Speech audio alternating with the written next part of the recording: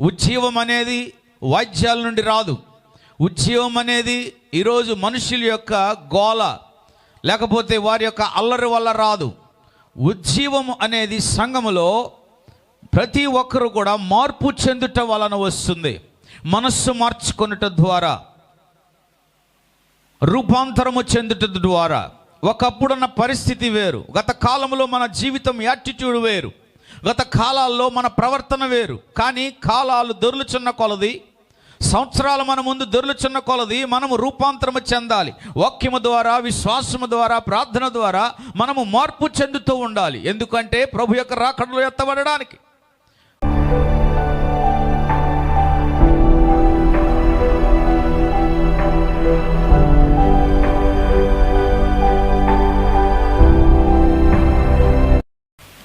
ప్రభు అయిన యేసుక్రీస్తు నామమున కూడి వచ్చిన మీ అందరికీ కూడా శుభములు తెలుపుతూ, ఈ పునరుద్ధాన దినమందు దేవుడు మనకిచ్చినటువంటి ఆధిక్యత, ఈ గొప్ప అవకాశము, దేవుణ్ణి మహింపరచడానికి అలాగే ఆరాధించడానికి ప్రభు మనకిచ్చినటువంటి ఈ ధన్యతను బట్టి మనము దేవునికి కృతజ్ఞులము.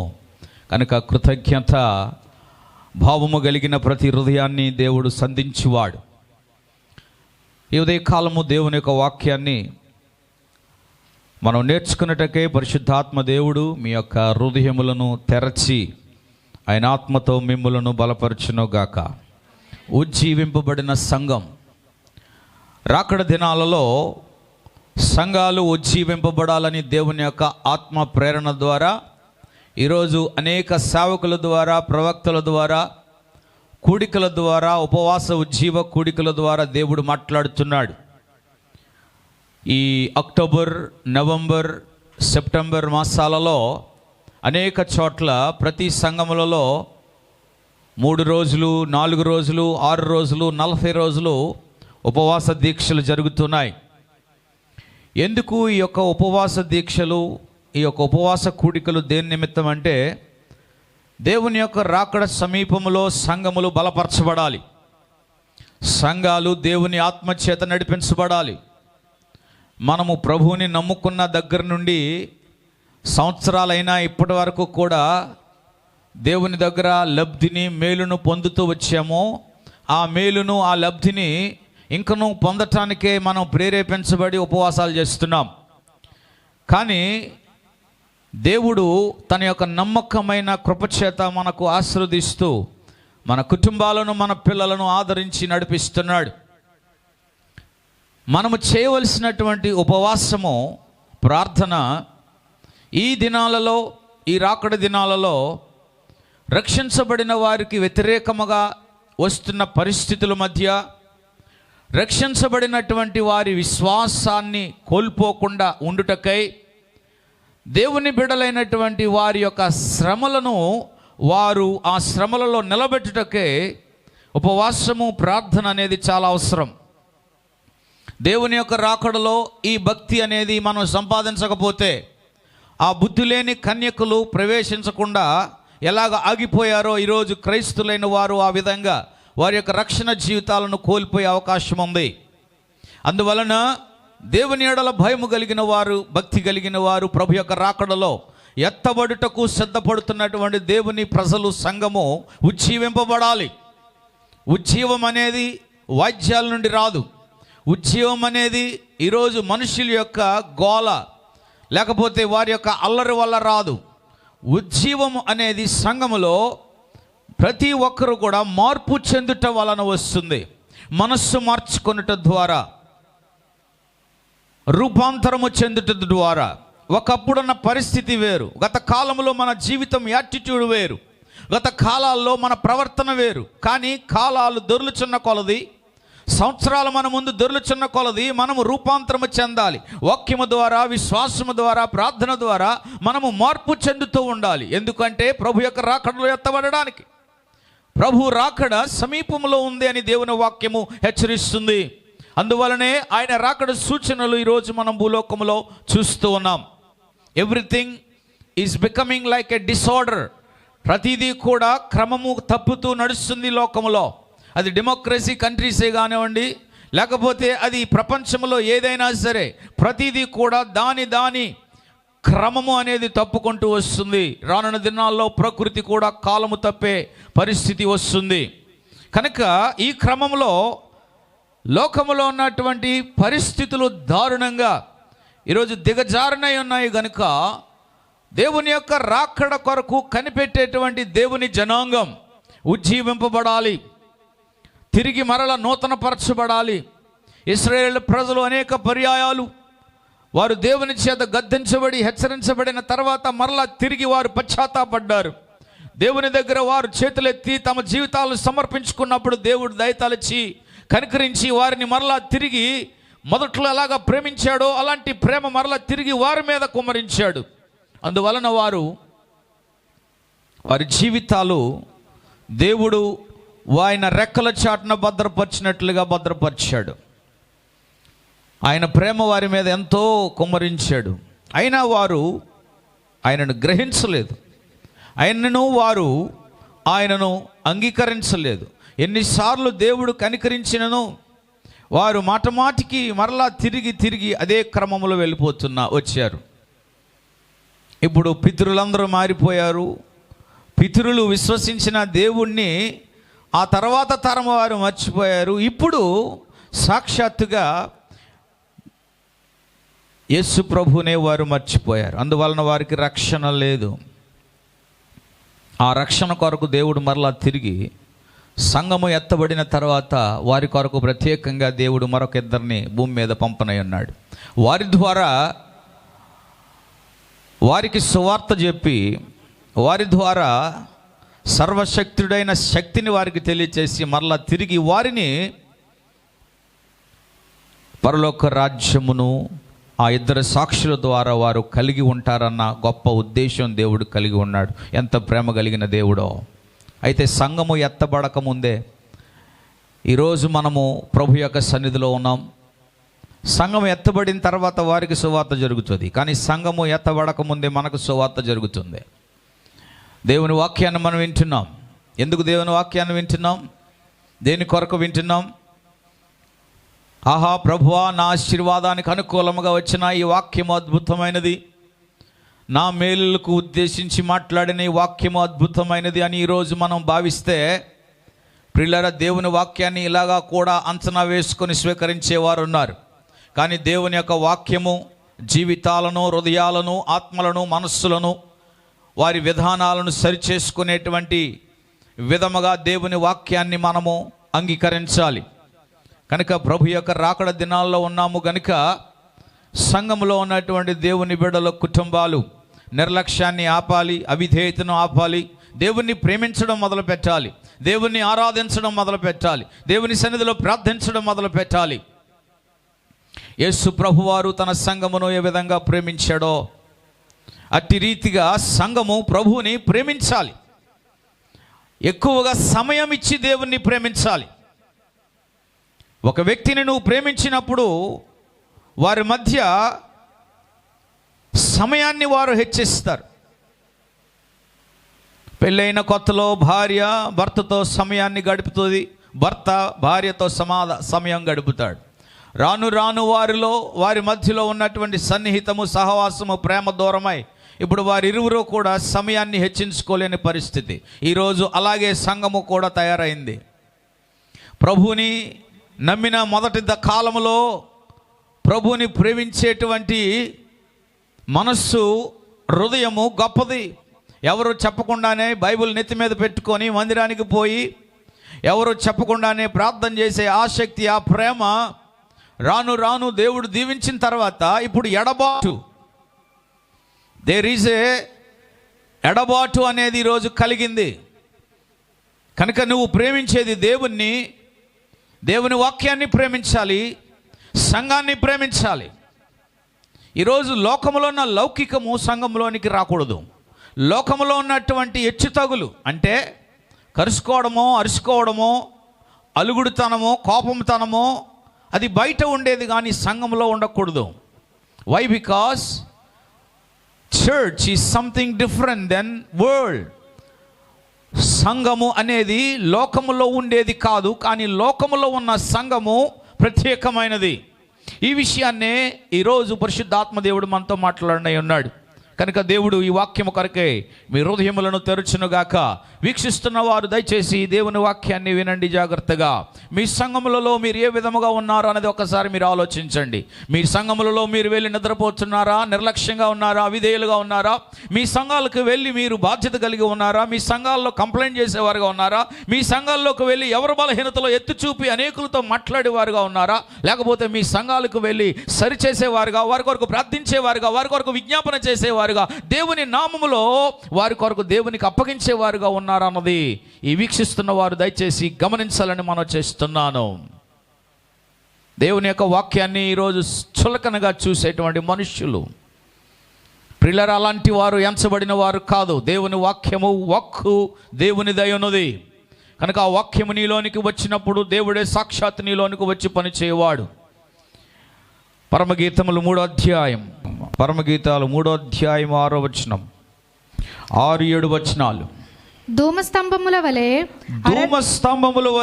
అరణ్య మార్గముగా వచ్చు ఇది ఏమి గోపరసముతోను సాంబ్రాణితోను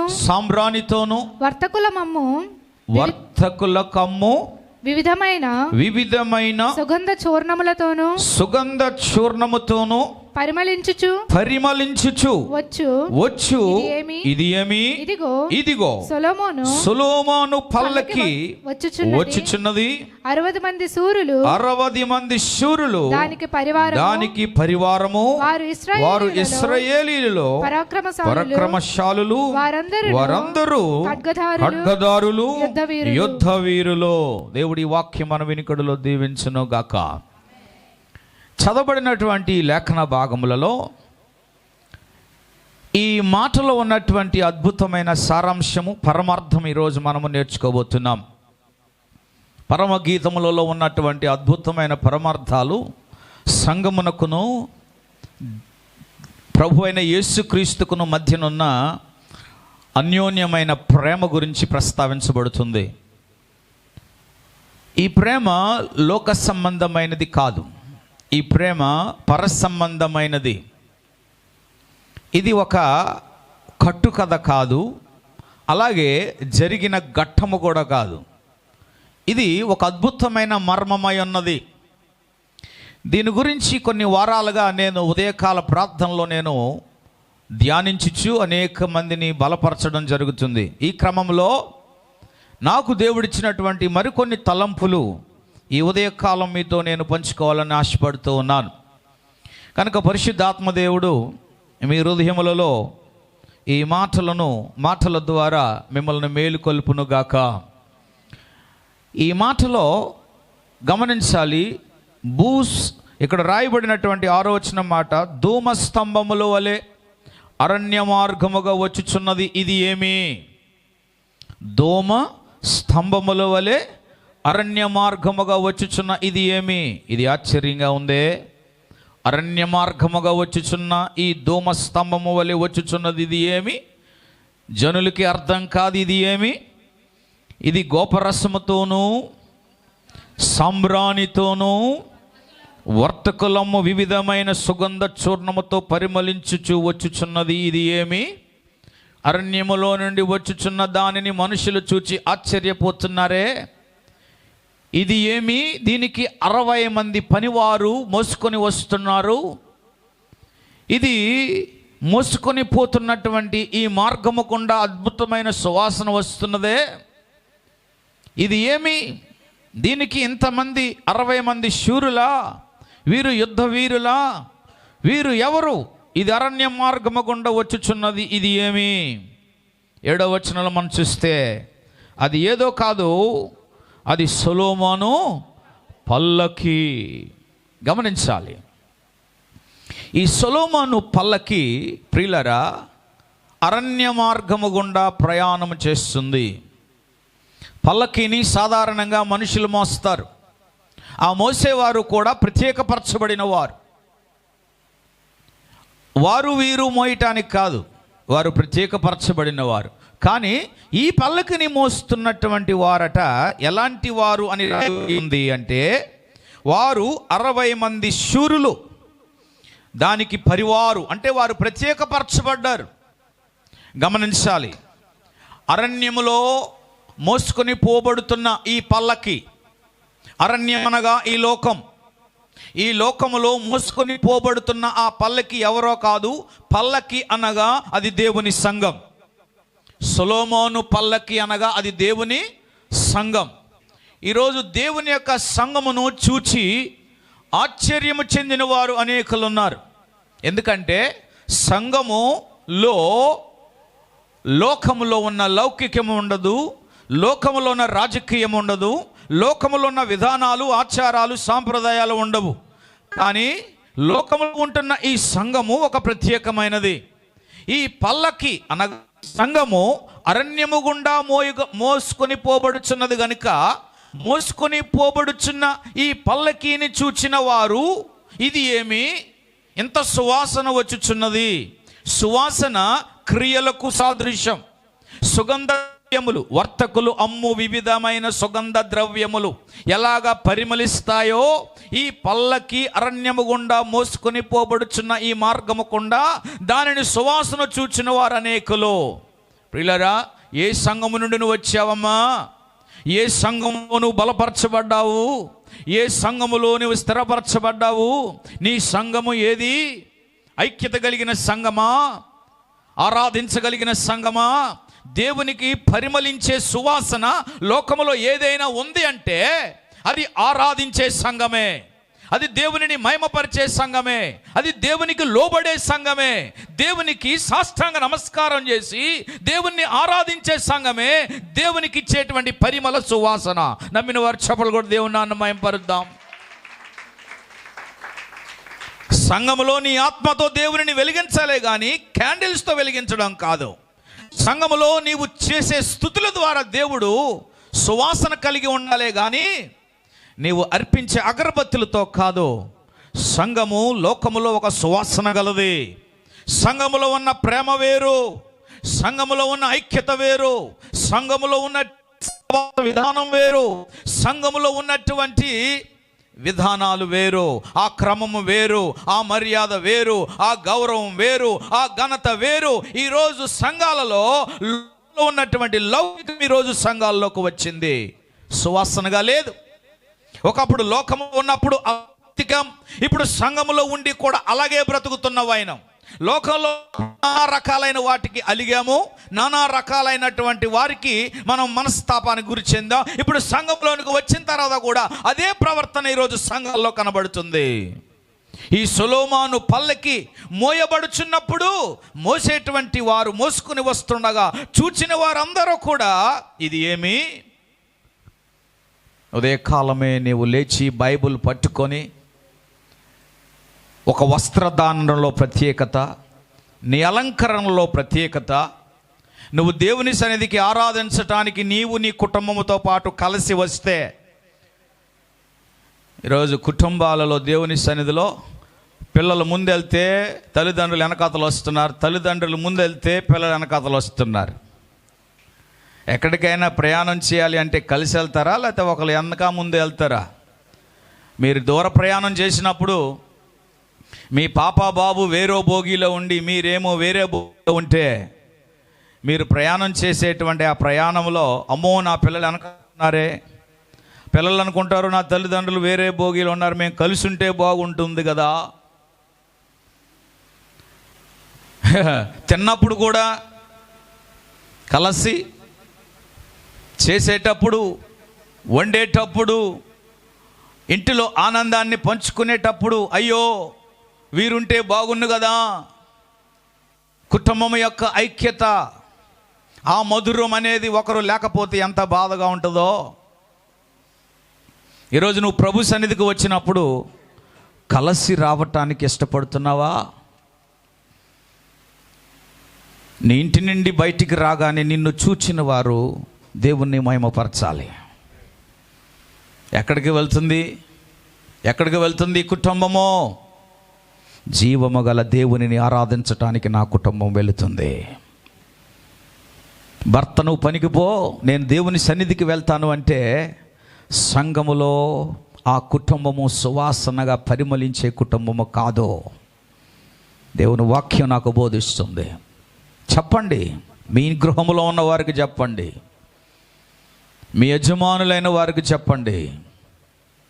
దేవుణ్ణి బట్టి నీ కుటుంబం బ్రతుకుతుందే తప్ప నిన్ను బట్టి దేవుడు నిన్ను బ్రతికించట్లేదో.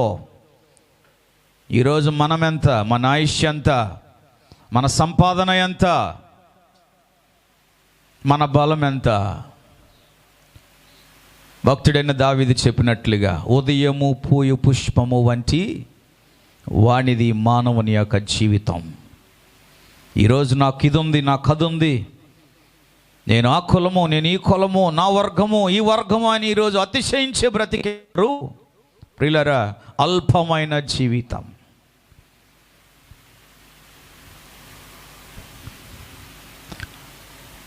జిందగీ కా యాత్ర బహుత్ ఛోటా హై.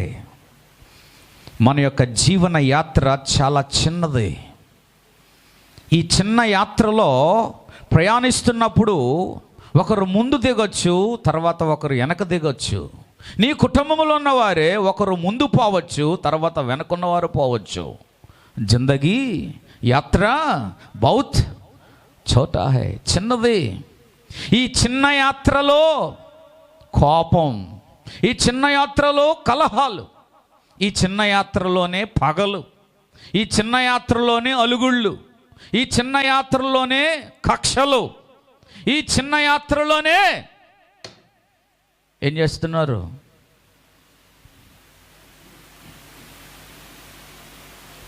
బస్ ఎక్కిన తర్వాత సీట్ ఇవ్వకపోతే ఎంత కోపమో. ఏమండి, ఏమో మనం ప్రయాణం చేస్తుంది చిన్నదే, దిగేస్తాం, సహనం లేదు. ఈరోజు ప్రతీకారం చూపించాలా, రెవెంజ్ స్పిరిట్తో ఊగిపోతున్న జనాలు. ప్రియులారా, సంఘమును దేవుడు ఎందుకు సృష్టించాడు, సంఘము ఎందుకు ఉజ్జీవింపబడడానికి దేవుడు ఉద్దేశించాడో తెలుసా? లోకములో ఉన్న, అనగా అరణ్యములో ఉన్న, ఈ లోకములో ఉన్న ఈ సంఘము ఈ లోకానికి పరిమళించే సువాసనగా ఉండాలి. నేను దేవుని నమ్ముకున్నానని చెప్పి ఇంకా నీ కుటుంబస్తులతో నువ్వు తగాదలు పడితే, గొడవలు పడితే, కలహాలు పడితే, మాట్లాడుకోకుండా ఉంటే, మాటలు మంతనాలు లేకుండా ఉంటే, ప్రభువుని నమ్మి దాని వలన ప్రయోజనం లేదు. There is no meaning at all that being a Christian. క్రైస్తవుడు అనగా క్రీస్తును అనుసరించేవాడు కదా. సంఘము సొలొమోను పల్లకి మోయబడతా ఉంది కనుక ఈ సొలొమోను పల్లకి మోసుకొని పోతున్నటువంటి ఆ శూరులు, యుద్ధవీరులు. ఈ శూరులు, యుద్ధవీరులు అంటే ఎవరో కాదమ్మా, విశ్వాస బలవంతులు, వాక్యాన్ని ఎరిగిన వారు, ఆత్మీయ పరులు. యుద్ధవీరులు అనగా ప్రార్థన కలిగి భక్తి జీవితంతో బ్రతికేవారు. యుద్ధ వీరులంటే ఖడ్గాన్ని ఎక్కడో సంతలో కొనుక్కొని నేను యుద్ధం చేస్తానంటే కాదు. You need to be a warrior through prayer. ప్రార్థన ద్వారా నువ్వు యుద్ధ వీరులు కావాలి, విశ్వాసం ద్వారా యుద్ధ వీరులు కావాలి. ఈరోజు ఏదైనా చిన్న ఆపద వస్తే, చిన్న ఇబ్బంది వస్తే కలవరపడి, భయపడి, ఆందోళన చెంది దుఃఖానికి గురి అయినటువంటి పిరికి బందలుగా ఈరోజు ఉంటున్న విశ్వాసుల జీవితాలు మనం చూస్తున్నాం. యుద్ధ వీరులుగా ఉండాలి అంటే, శూరులుగా ఉండాలంటే ఎక్కడ సాధన చేయబడాలి? నువ్వు దేవుని వాక్యం చెబుతుంది, దేవుని సన్నిధిలో నువ్వు సాధన చేయబడాలి. అందుకే భక్తుడైన కీర్తనకారుడు అంటాడు, రే ఈ మొదటి జామున నువ్వు లేచి నీ దేవుడైన యెహోవాకు నీ హృదయమును కొమ్మరించాలి. మనము సోది కొమ్మరిస్తాం, సొనుగుడు కొమ్మరిస్తాం. ఈరోజు నానా రకాలైన ఐహిక విచారాలను కొమ్మరించేటువంటి విధానం. అందువలన మనం ఉజ్జీవింపబడలేకపోతున్నాం. నువ్వు చేయగలిగింది నువ్వు దేవుని కొరకు చేయగలిగితే, నా దేవుడు నువ్వు చేయలేని దాన్ని దేవుడు చేసుకుంటూ పోతాడు. ఇదే కదా దేవుడు నేర్పుతున్నాడు. ఈ సొలొమోను పల్లకి మోసుకొని పోబోతున్నప్పుడు ప్రజలందరూ ఆశ్చర్యపోయారు. ఇది ఏమి? సంఘము ఈ లోకానికి ఒక ఆశ్చర్యకరంగా కనబడాలి. ఈ సంఘము అనేకులకు ఆశ్చర్యకరంగా కనబడాలి. ఇందులో శూరులు ఉన్నారా? ఈ పల్లకిని మోసేవారు శూరులు ఉన్నారే, ఈ పల్లకిని మోసేవారు యుద్ధ శూరులు ఉన్నారే. యుద్ధ శూరులు ఫ్రంట్ లైన్లో ఉంటారా, వెనకాతలు ఉంటారా? నువ్వెళ్ళు ముందుకి, నువ్వెళ్ళు ముందుకి, నువ్వెళ్ళు ముందుకి. నా పని వెనకాతలు ఉంటాను, నేను వెనకాతలు ఉంటాను, బతుకంతా వెనకాతలే, అన్నిట్లో వెనకబడే. దేవునిలో ముందుండే వారిని దేవుడు వాడుకునేవాడై ఉన్నాడు. నేను వెనకుంటాను వెనకాను ఉంటే నీ బతుకంతా వెనకే. దేవుడు ఎప్పుడు కూడా ఫ్రంట్ లైన్లో నిలబడమంటున్నాడు. ప్రతి ఒక్కరిని ఫ్రంట్ లైన్లో నిలబడు. షడ్రక్ మేషక్ అబేద్నెగోలు ఫ్రంట్ లైన్లో నిలబడ్డారు. దేని కొరకు? దేని కొరకు? దేవుని యొక్క కార్యమును తప్పించుకుంటే కనపడదు అక్కడ. దేవుని కార్యమును వారు కనపరచడానికి ఫ్రంట్ లైన్లో నిలబడ్డారు. దేవుని స్తోత్రం కలుగునుగాక. హల్లెలూయా. కనుక ఈ సొలొమోను పల్లకి అరణ్యములుగా వచ్చుచున్నది అనగా ఇది ప్రపంచమని, ఈ లోకమని, దేవుని సంఘము ఈ పల్లకి అనే సంఘమని దేవుని బిడ్డలు గమనించాలి.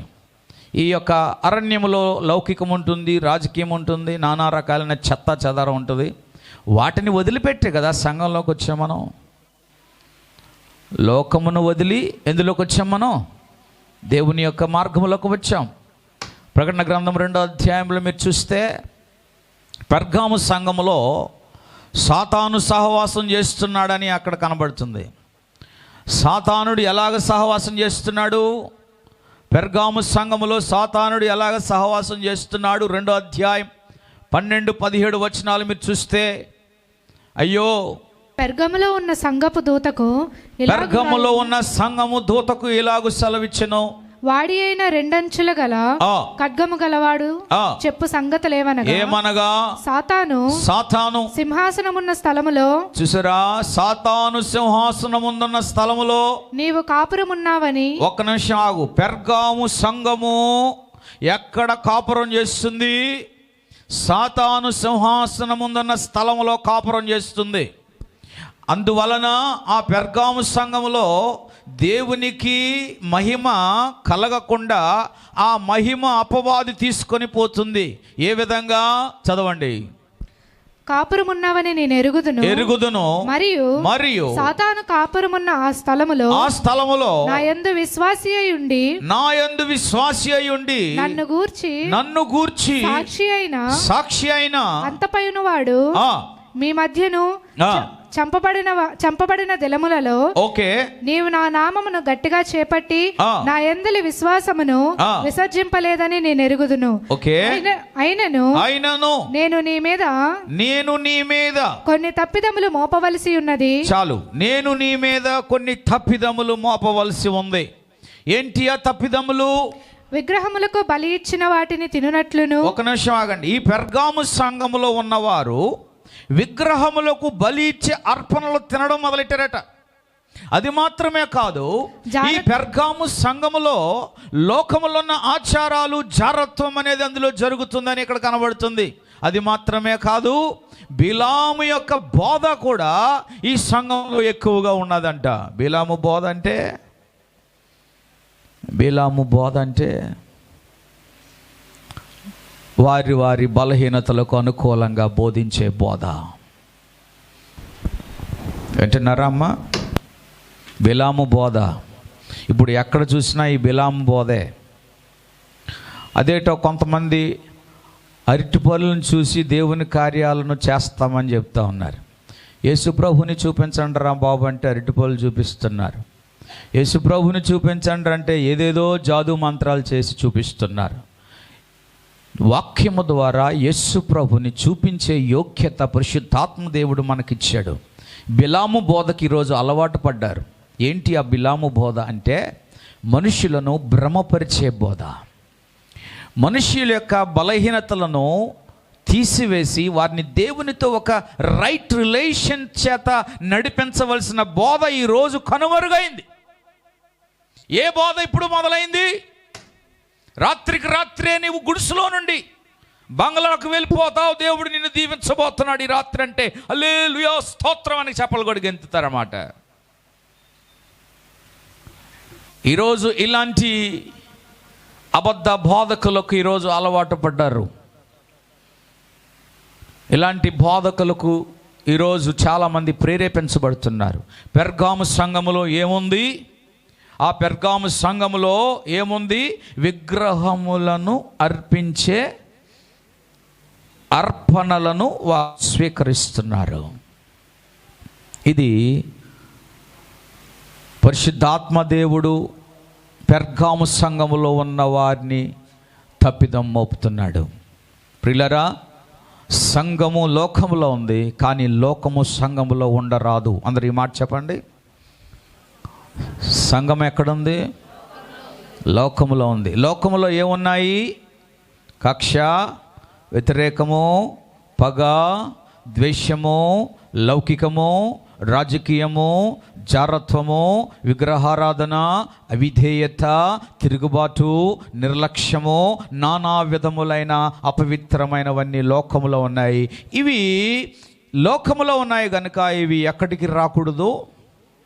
సంఘములో ఏముండాలి అంటే సుగంధ ద్రవ్యముల చేత పరిమళించే సువాసన సంఘములో ఉండాలి. దేవునికి స్తోత్రం కలుగును గాక. హల్లెలూయా. గట్టిగా చెబుదాం హల్లెలూయా అని. హల్లెలూయా. సంఘములో ప్రేమ అది ఒక సువాసన కదా.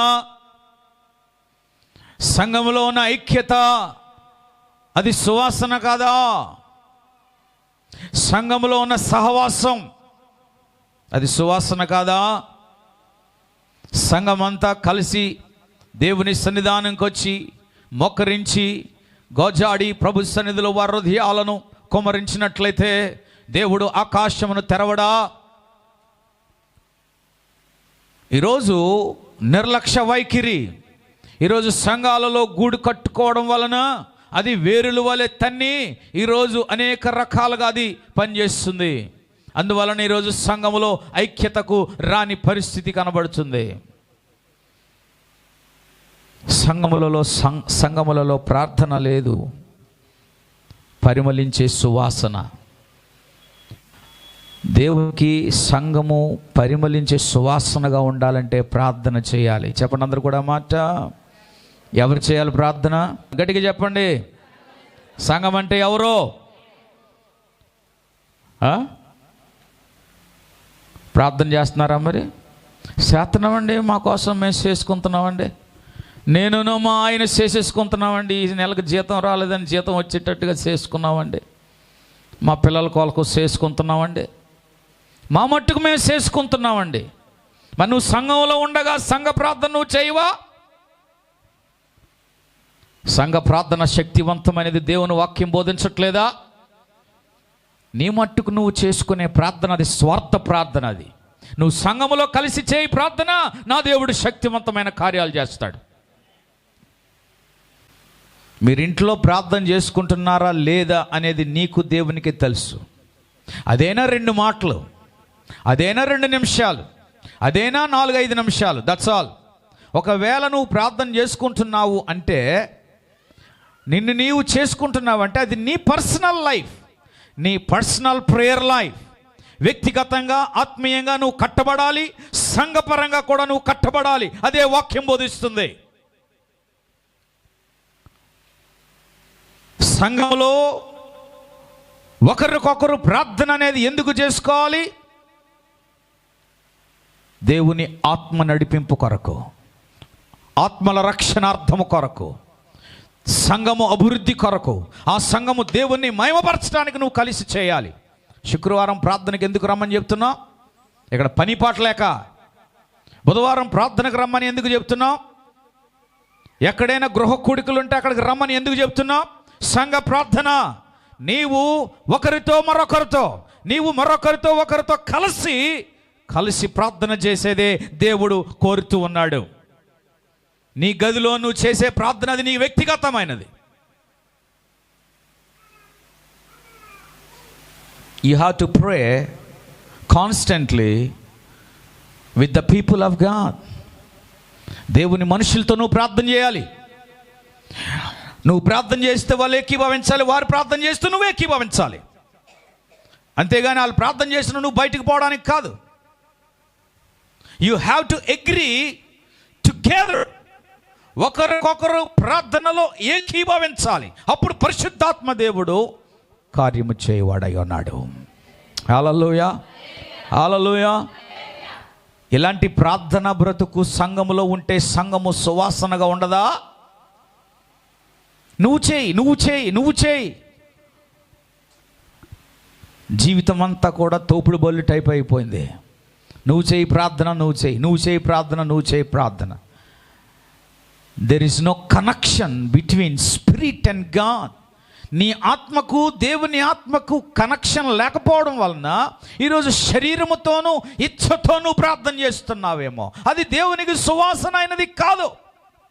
బాధలు వచ్చినప్పుడు, కష్టాలు వచ్చినప్పుడు, పిల్లలకు బాగోలేనప్పుడు, ఇబ్బందులు వచ్చినప్పుడు ప్రభువా అని చేసే ప్రార్థన అది ప్రార్థన కాదు. That is not at all prayer life. ఈరోజు ఏ ప్రార్థన నువ్వు అలవాటు చేసుకున్నావు? వ్యక్తిగతంగా నీ ప్రార్థన చేసుకుంటున్నావో లేదో అనేది నీకు దేవునికి ఎరుక. కానీ సంఘములో నువ్వు ప్రార్థన పరుడుగా, సంఘములో నువ్వు ప్రార్థన పరురాలుగా నీవు, నీ కుటుంబము కనపరచాలి. అపోస్తలుల కార్యము 2వ అధ్యాయంలో రాయబడింది ఏంటో తెలుసా? సంఘము ప్రార్థించుచున్నప్పుడు ఏం జరిగింది అక్కడ? సంఘము ఏక మనసుతో ప్రార్థించినప్పుడు ఏం జరిగింది అక్కడ? మేడగదిలో వారు ప్రార్థించుచుండగా ఆ మేడగది అనుభవం ఈరోజు సంఘంలో ఉందా? పౌలు శీలలు వారిరువురు చెరసాల్లో వేయబడిన తర్వాత వారిని రక్షించడానికి, విడుదల చేయడానికి ఎవరు లేనప్పుడు, రానప్పుడు సంఘము ఒక చోట కూడి అత్యాశక్తిగా ప్రార్థన చేస్తుంది. అందరూ చెప్పండి అన్నమాట. ఏ శక్తి? అందరూ చెప్పాలి. ఏ శక్తి? అత్యాశక్తి. ఆ శక్తి అత్యాశక్తి. మనకు ఎల్లప్పుడూ మన ఇల్లు, మన పని, మన గొడవే మనకు అత్యాశక్తి. దేవుని మీద అసలు అత్యాశక్తి లేనే లేదు, చచ్చిపోయింది ఎప్పుడో. అది అత్యాశక్తి చచ్చిపోయింది. అది ఆత్మలో లేదు, శరీరంలో లేదు, మనసులో లేదు. అందువలన ఈ అత్యాశక్తి లేనందువలన ఈరోజు సంఘములో హాజరు కాలేకపోతున్నారు ప్రజలు.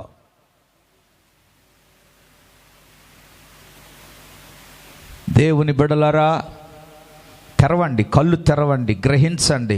మూర్ఖపు భక్తిని కట్టిపెట్టండి. స్వబుద్ధి సంబంధమైన ప్రార్థన భక్తి కట్టిపెట్టండి. స్వార్థపు భక్తిని విడిచిపెట్టండి.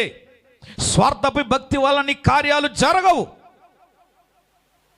సంఘములో నువ్వు చేసే ప్రార్థన ద్వారా దేవుడు ప్రతి ఒక్కరికి కార్యం చేస్తాడు.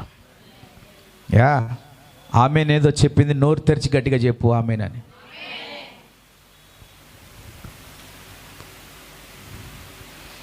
ఈ పాలకి మోసుకొని పోబడుతున్న అరణ్యములో చూచి మనుషులు, ఇది ఏమి, అది ఏమి? అది సొలొమోను పల్లకి. దేవునికి స్తోత్రం. సొలొమోను పల్లకి ప్రభు యొక్క సంఘము మోసుకొని పోబడుచున్నది. ప్రియులారా, ఈరోజు ప్రజలందరి యొక్క దృష్టి ప్రపంచంలో ఈ క్రైస్తవుల మీదే ఉంది. ఎందుకంటే వారు మోసం చేయరు, ఎందుకంటే వారు తిరగబడరు, ఎందుకంటే వారు పవిత్రంగా జీవిస్తారు. వారి గ్రంథము పవిత్రమైనది. అనేక మందిని వారు మార్చేస్తున్నారు. ఎలాగా? వారి మంచి ప్రవర్తన వలన. వ్యాపారాలు పాడైపోతాయనే మత మార్పిడి చేస్తున్నారన్న నింద వేస్తూ ఉన్నారు. తాగేవాడు తాగడం ఆపేస్తే ఎవరికి నష్టం? తాగుబోతులు అందులో మారేస్తే ఎవరికి నష్టం వస్తుంది? అందువలన ఈరోజు ఆ వ్యాపారాలను అభివృద్ధి పరచడానికే కదా ఈరోజు మతం అనేటువంటిది ముద్ర వేస్తున్నారు. క్రైస్తవ్యం అనేది ప్రియులారా, అది మతము కాదు, కానీ ఒక నూతనమైన జీవితాన్ని నడిపించేదే క్రైస్తవ మార్గము. అది మతము కాదు. అనేక మంది తాగుబోతులే కానీ, దొంగలే కానీ, అనేక మంది దుర్మార్గులే కానీ దేవుని వాక్కు చేత పట్టబడి వారు దేవుని యొక్క మార్గంలో నడిచారు. సంఘ ప్రార్థన ఈరోజు అనేక మందిని ఆశ్చర్యపరుస్తుంది. ప్రియులారా, నీ సంఘంలో నీ ప్రార్థన ఉందా? నీ సంఘంలో నీ ప్రార్థన ఉందా? చేతికి మైకిస్తేనే కానీ నువ్వు ప్రార్థన చేయడానికి నువ్వు ఇష్టపడని నీ మనస్సు, దేవుని సన్నిధిలో నువ్వు మోకరించి ప్రార్థించే అనుభవం నీకుందా? ఏమా పిల్లలు, అడుగుతున్నాను, వ్యక్తిగతంగా ఒక గంట లేకపోతే ఒక అరగంట నిన్ను నీవుగా ఎన్ని సంవత్సరాలుగా ఉండి దేవుని సన్నిధికి వచ్చి మోకరించే ప్రార్థించే అనుభవం నీకుందా? చేసావా ప్రార్థన ఎప్పుడైనా? నువ్వు దేవుని సన్నిధికి వచ్చి నువ్వు ప్రార్థన చేయి. నీ పిల్లల కోసం చేసుకున్నావేమో, నీ కుటుంబం కోసం చేసుకున్నావేమో, నీ యొక్క పని కోసం, నీ అవసరతల కోసం చేసుకున్నావేమో, కానీ సంఘముతో కలిసి నువ్వు చేసే ప్రార్థన అనుభవం నీకుంటే పరిశుద్ధాత్మ దేవుడు నిన్ను ఒక డిఫరెంట్గా దేవుడు నడిపిస్తాడు. నేను ఎప్పుడు నా కోసం నేను ప్రార్థన చేయను. నేను ఎప్పుడో మానేశాను. నా అవసరతల కొరకు నేను ఎప్పుడు ప్రార్థన చేయను. చాలామంది ఉదయకాల ప్రార్థనలో మీరు అభ్యంతర పడుతున్నారు, కానీ అది శక్తివంతమైన ప్రార్థన. You have to agree, listen what people of God says. నీ సహోదరి, నీ సహోదరుడు ఏం ప్రార్థన చేస్తున్నాడో నీవు వినగలిగిన సహనము, వినగలిగిన ఓర్పు, వినగలిగిన ఆసక్తి నీలో ఉన్నప్పుడు ఆయన చేస్తున్న ప్రార్థన ద్వారా, ఒకవేళ ఆయన చేసిన ప్రార్థన ఆయనకి సమాధానం రాకపోవచ్చు, కానీ ఆ ప్రార్థనను ఏకీభవించి విశ్వసించిన నీకు మాత్రం దేవుడు సమాధానం ఇచ్చేవాడు. ఇందులో ఉన్న పరమార్థం ఇదే, రహస్యం ఇదే. ఈ సొలొమోను పల్లకి ఎలాగెళ్తుందంటే వాసనగా వెళ్తుంది. ప్రార్థన, ప్రార్థన, ప్రార్థన. ఇందులోని ఇంకొక మాట మనం చదివాము, ధూమ స్తంభముల వలె. మాట అందరూ కూడా రాయబడి ఉంది అలాగా మీ బైబిల్లో, ధూమ స్తంభముల వలె.